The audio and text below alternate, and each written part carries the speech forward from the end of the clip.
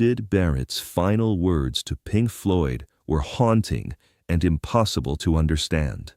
40 years later, when they came true exactly as he predicted, the surviving band members realized their former genius had seen the future in his madness.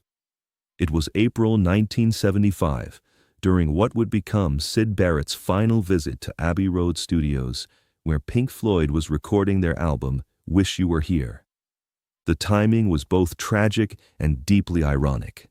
The band was literally working on an album dedicated to their lost founder, unaware that he would appear like a ghost from their past to deliver a message that would haunt them for decades and prove more prophetic than anyone could have imagined.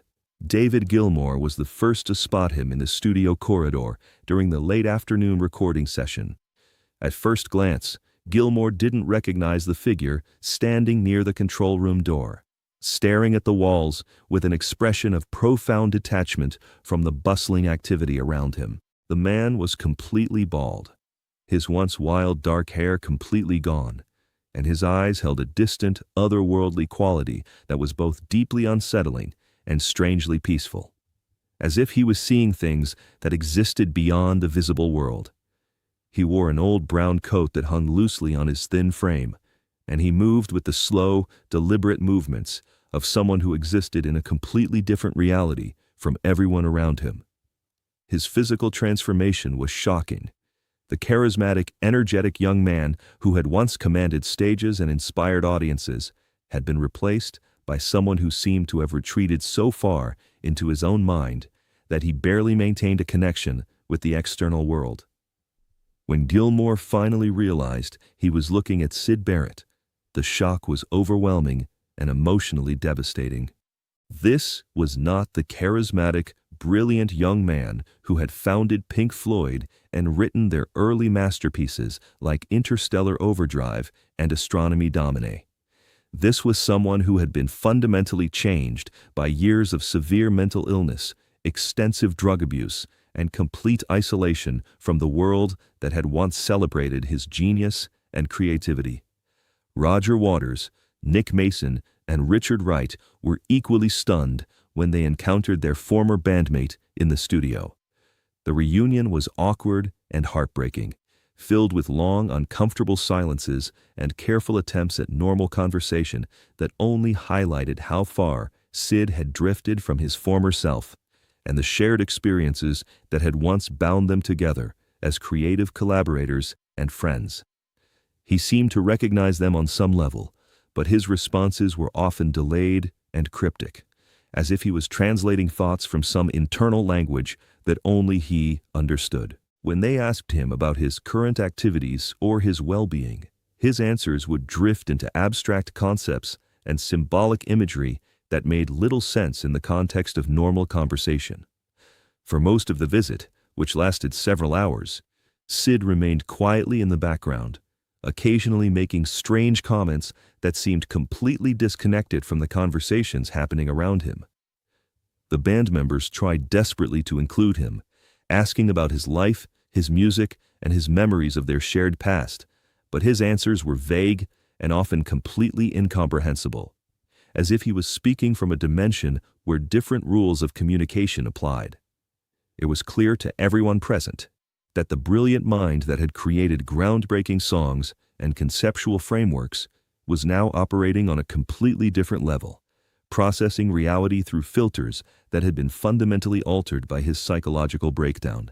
The creative genius was still there, but it was expressing itself in ways that seemed impossible for others to decode or understand. As the afternoon wore on and evening approached, it became increasingly apparent that this would likely be their last time together. There was something final and definitive about Syd's presence, as if he had come to the studio not for a casual visit, but to say goodbye not just to his former bandmates, but to that entire chapter of his life and identity. The weight of this realization hung heavy in the studio air, creating an atmosphere of profound sadness and irreversible loss. When Syd finally announced that he was leaving, speaking in the same detached tone he had used throughout the visit, the band gathered around him near the studio exit. It was then, in those final moments before he would disappear from their lives forever, that he delivered the words that would perplex and trouble them for the rest of their lives.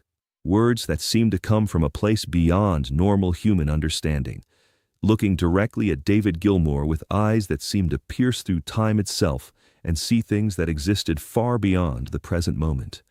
Syd spoke in a voice that was both childlike and ancient, innocent and infinitely wise. The music will outlive the band, but the band will outlive the music. When the wall finally falls, you'll understand that we were never really separate. The triangle will break, but the spectrum will remain eternal. Remember this when the money becomes meaningless and the recognition feels hollow. The madness was never mine alone. It belonged to all of us, and it will continue long after we're gone. The band members exchanged confused glances, their faces reflecting a mixture of concern and bewilderment. Syd's words made no logical sense when interpreted literally. Delivered in the fragmented symbolic language that had become his way of communicating since his complete psychological breakdown several years earlier. Roger Waters later described the moment as hearing prophecy spoken in riddles by someone who had paid too high a price for whatever wisdom he'd gained through his journey into madness. After a few more cryptic remarks about circles that never close, echoes that grow stronger with distance, and shadows that dance when the light goes out, Syd simply walked out of Abbey Road Studios and out of their lives forever, leaving them standing in shocked silence. None of them would see him again, despite various attempts over the years to reconnect and understand what had happened to their former friend and creative leader.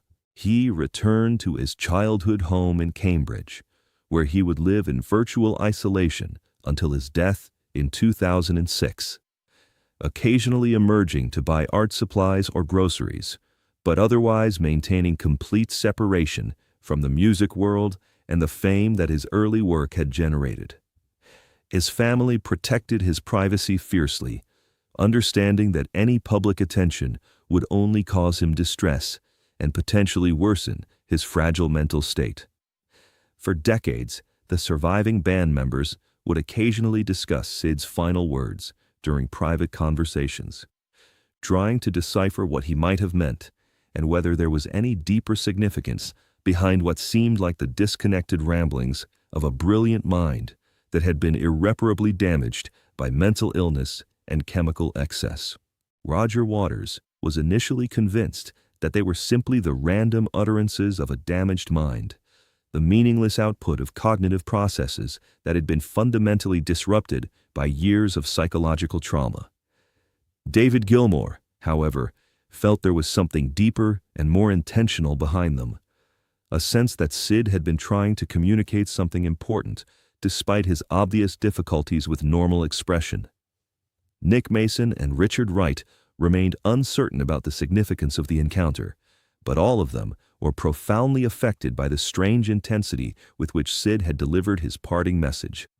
There had been something in his manner, a combination of urgency and detachment, that suggested he was sharing information that he considered vitally important, even if they couldn't understand its meaning at the time.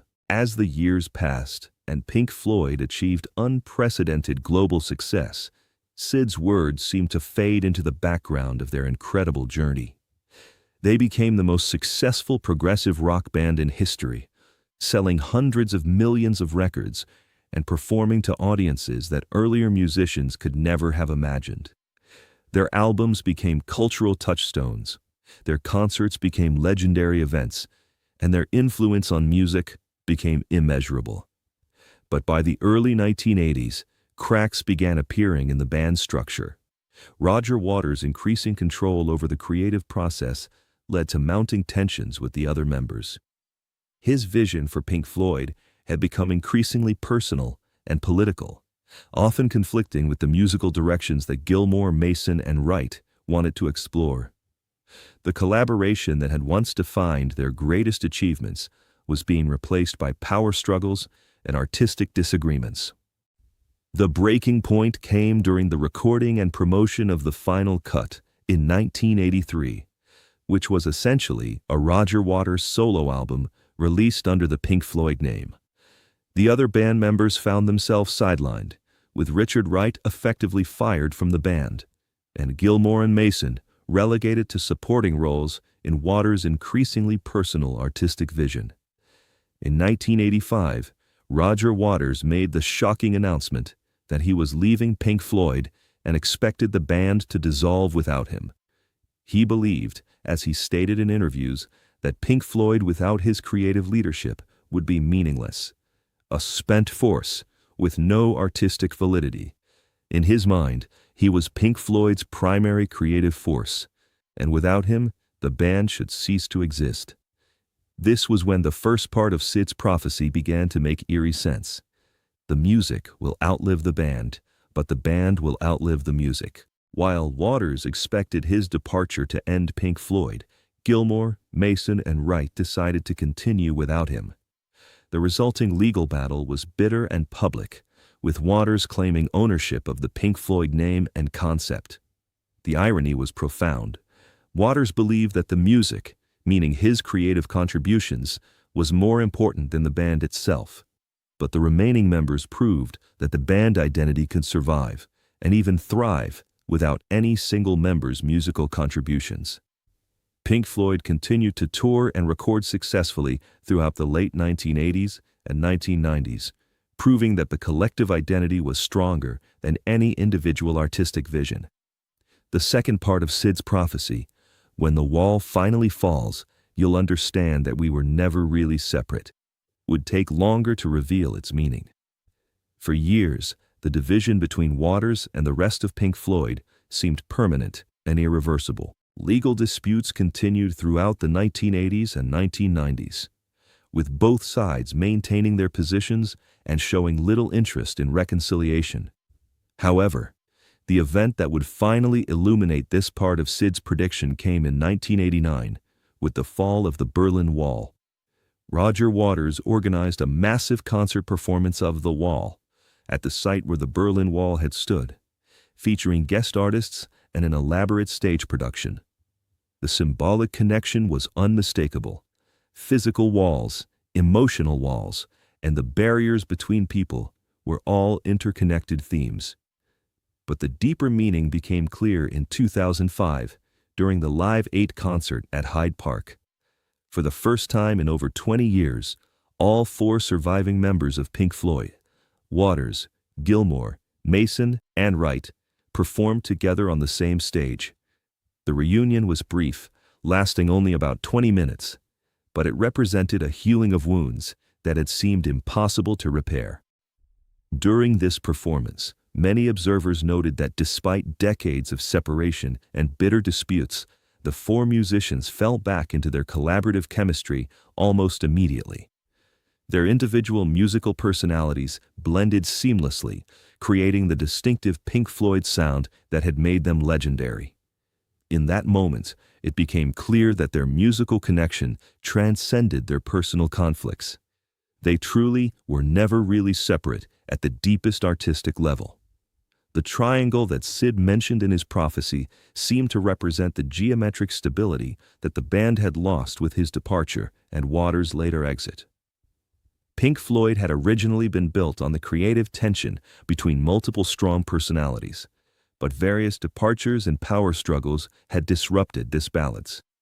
Yet the spectrum, their musical legacy and influence, had indeed remained eternal, continuing to inspire new generations of musicians and listeners.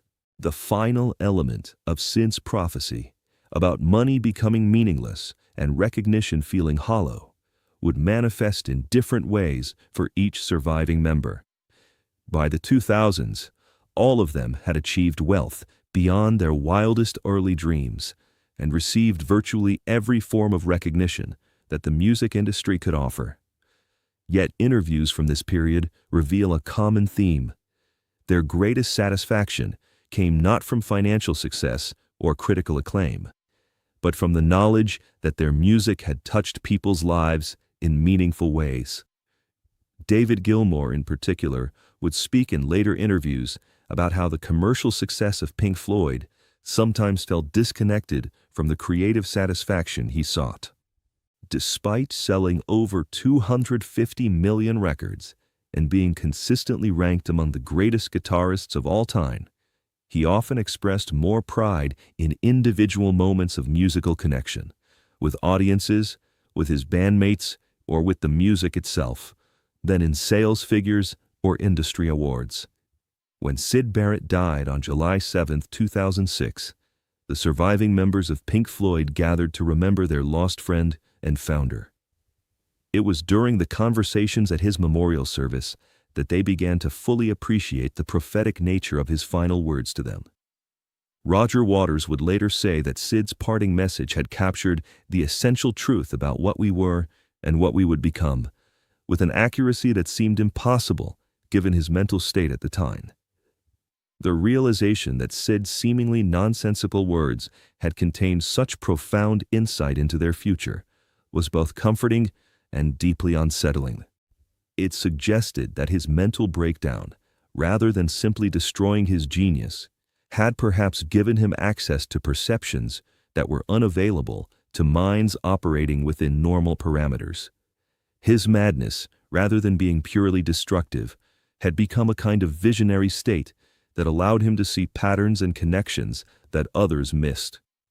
Nick Mason would describe this understanding as both beautiful and terrifying. Beautiful because it meant that Syd had retained some form of his genius even in his darkest period, but terrifying because it implied that his sacrifice of conventional sanity had been the price of this extraordinary insight. The idea that his mental illness had been somehow connected to prophetic abilities raised disturbing questions about the nature of artistic genius and the costs of creativity.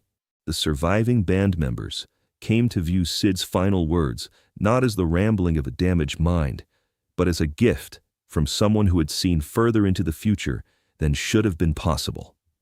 His prediction had encompassed not just their professional trajectory, but the deeper spiritual and emotional journey that their music and relationships would take over the following decades.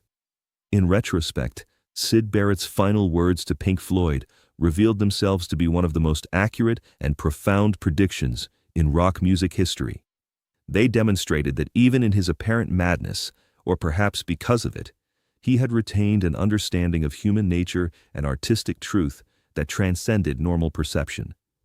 His haunting farewell had been both a goodbye and a roadmap, delivered by a broken genius who could see the future hidden within the present moment. If this story of prophetic genius, the mysterious connection between madness and insight, and the power of music to transcend individual personalities inspired you, make sure to subscribe and hit that thumbs up button.